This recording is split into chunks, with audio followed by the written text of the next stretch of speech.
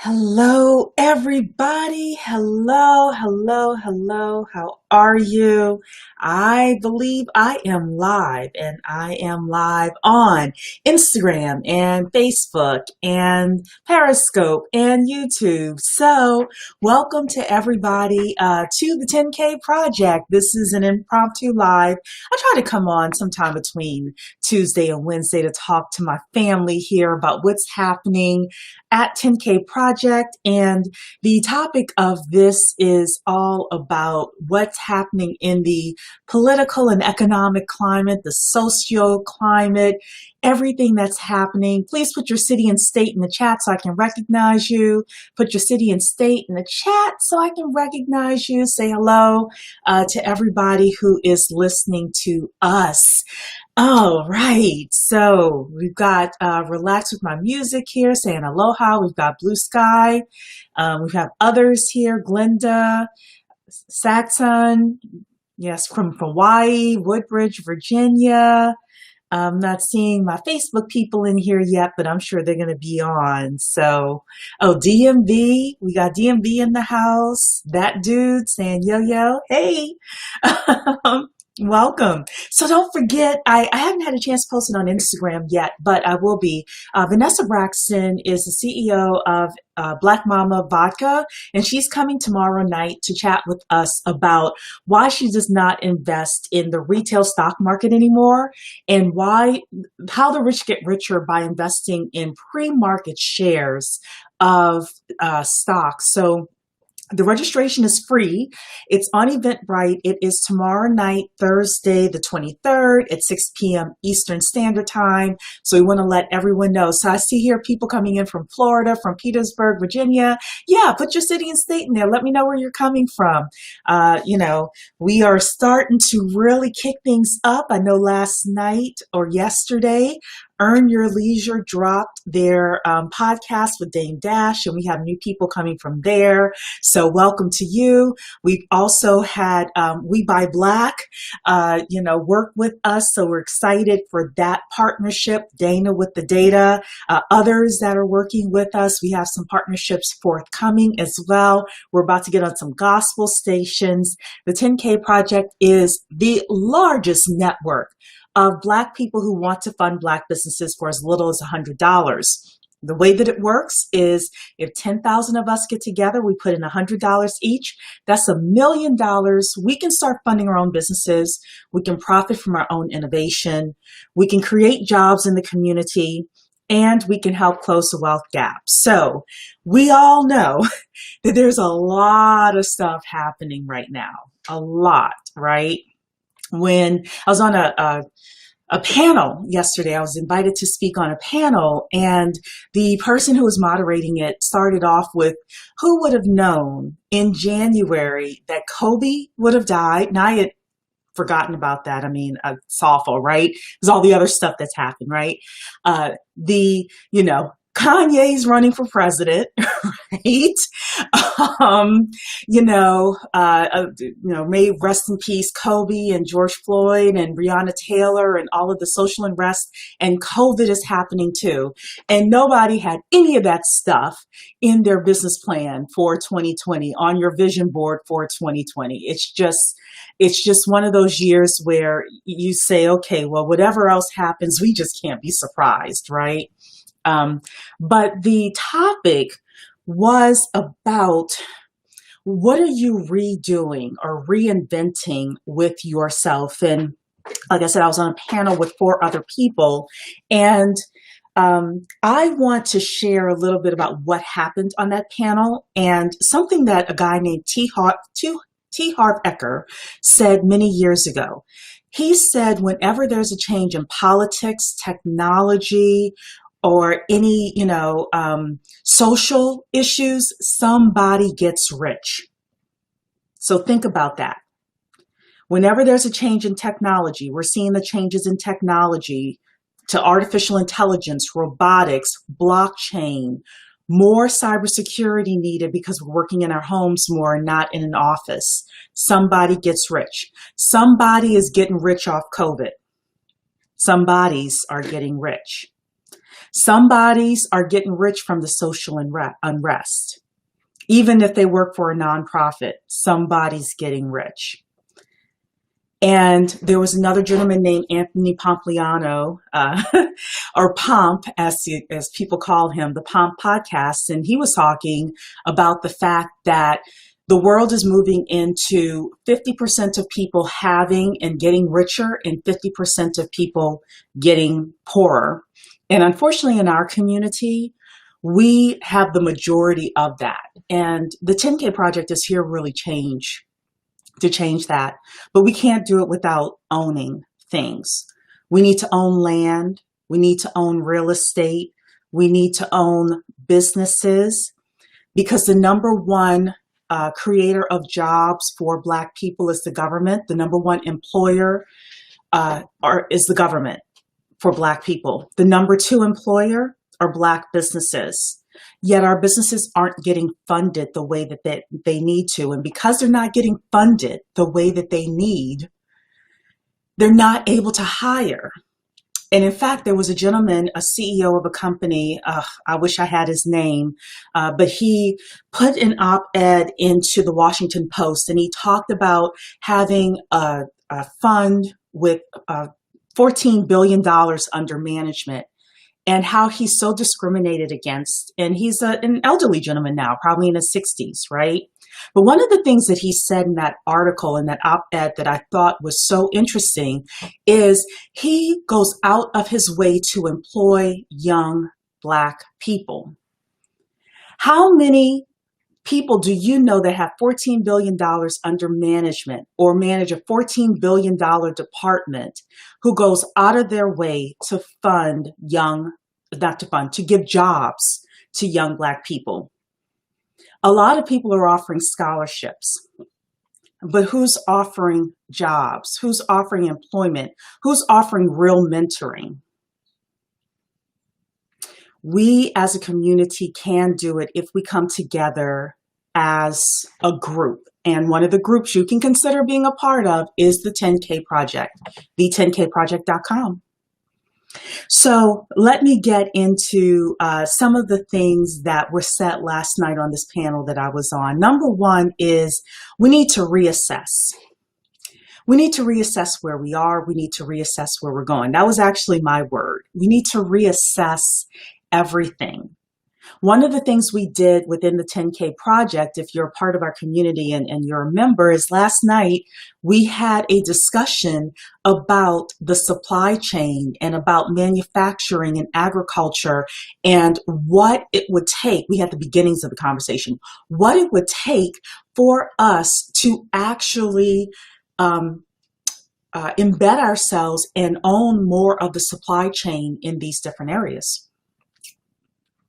You got to be a member to get all the juicy tidbits, but we're starting to have those conversations, because at the 10K Project, we're strategic about what we're doing. So we're not just haphazard with regards to funding businesses. We're looking at businesses that can scale, that can employ people, that can go on the stock exchange one day, that could be sold for billions of dollars one day, as well as those businesses that are cash cows, right? But in order to do that, we've got to work together, and we've got to be strategic about the types of businesses that we are working with. So number one is to reassess where we are, reassess who's getting rich post-COVID, who's getting rich based on the new types and industries within technology and how we can get our share, who's getting rich with regards to additional healthcare issues and how we can get our share, who's getting rich with regards to cannabis and other agricultural things and manufacturing. Because one of the things that came up with COVID is that China has a lot of control over the U.S. supply chain. Oh, and Vaughn is saying just became a member. Yay! Thank you, Vaughn. So yeah, there are going to be a lot of changes. The government, I believe in the next decade, because of the choices they're making now, I would not be surprised if the government reduces its workforce. And who is that going to affect most? That's going to affect us because we have the government jobs. Somebody was saying, I was just talking about this yesterday, somebody on Facebook. Yeah, it's real. Membership Vine Vinegar is $100. It's a one-time lifetime payment, one-time lifetime. And that gets you the financial literacy that we're putting together, as well as an opportunity to invest in any and all of the pitches on the platform. So we are going to be bringing in, starting with one business a week. That person's going to come, they're going to pitch their business, how much money are they raising, what are they going to use it for. We will also have a group of people that can offer support before, during, and after funding, CPAs, attorneys, social media marketers,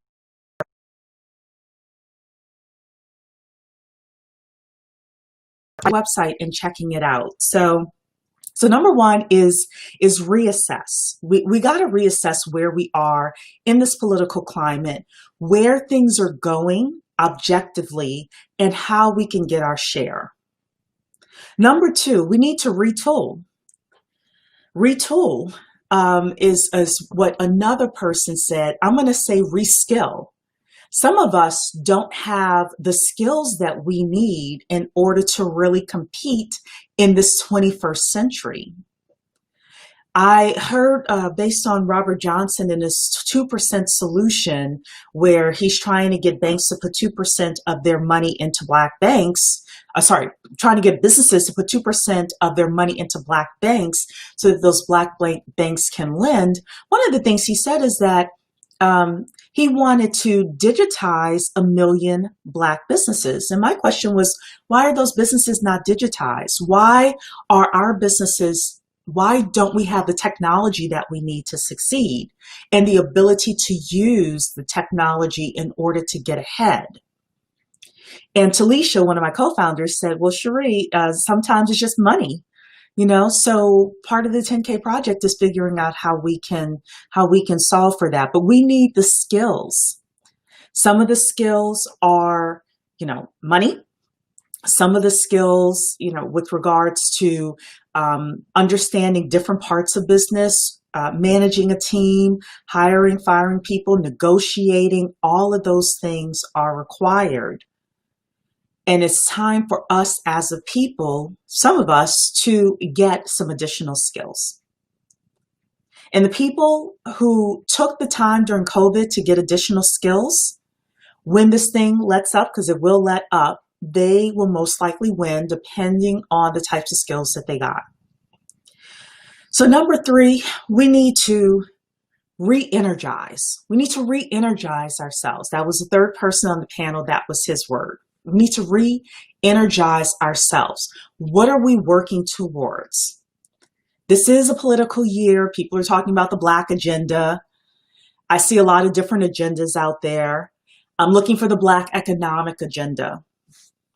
With all due respect to those who have been incarcerated or are incarcerated, what's the economic agenda besides us just saying we want you to deal with criminal justice? I'm not really hearing that. And then reparations is the other extreme, and I'm an American descendant of slave myself, both sides of my family. That's an interesting sell. I'm just going to say that. But in between there, what kind of jobs programs are we really fighting for? What kind of skills are we asking the government to help us with? What kind of skills are we asking the government to help our kids get so that they can compete, really compete in this market? So we need to re-energize ourselves. And I think of re-energizing around some sort of an economic plan, whether or not we get the government's help, whether or not we get, the Fortune 500 companies help, because as easily as they give money, they can take it away. Let's get energized around something. And then the final thing is to reconnect. It's time for us to reconnect with each other And it's time for us to reconnect with other ethnicities as well that can help. I'm not the type of person that thinks that we can do it all by ourselves. So, we need to reconnect using the skills that we have, using the network that we have, using social media. When we reconnect, we can win because no one does it alone. There's a woman named Erica Williams that I always give her credit for this term. It's called super teams.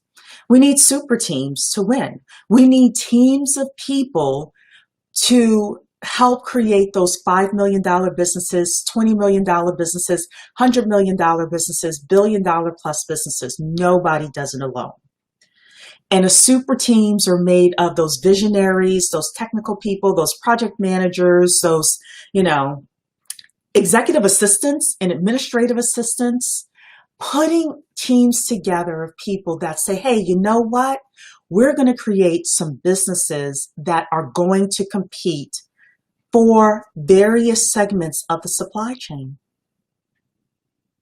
So reassess, reskill, re-energize, and reconnect.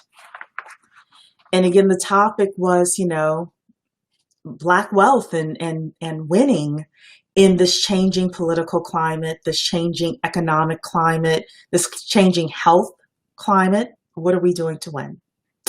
And I just want to come on today and just give you a few words of encouragement with regards to that. If you want to check out the 10K Project, we'd love to have you. The10kproject.com, the10kproject.com. You can also, once you get there, if you have additional questions, there's a contact page and you can contact us. So thank you so much to everybody who has come in today, who has listened. God bless you. And let's get 10,000, 20,000, 50,000, 100,000 Black people over the next 6 months involved in this and raising capital for businesses and pushing the ball forward. Love you saying, I love what I've seen on the 10K Project. I will be reaching out soon. Thank you, VA Black Business Directory. Thank you so much. Actually, reach out definitely because we are looking for some sort of a virtual green book. And if you have something like that, I am interested in talking to someone about that. Okay. Thank you so much. God bless you. And goodbye, everybody. Have a great day.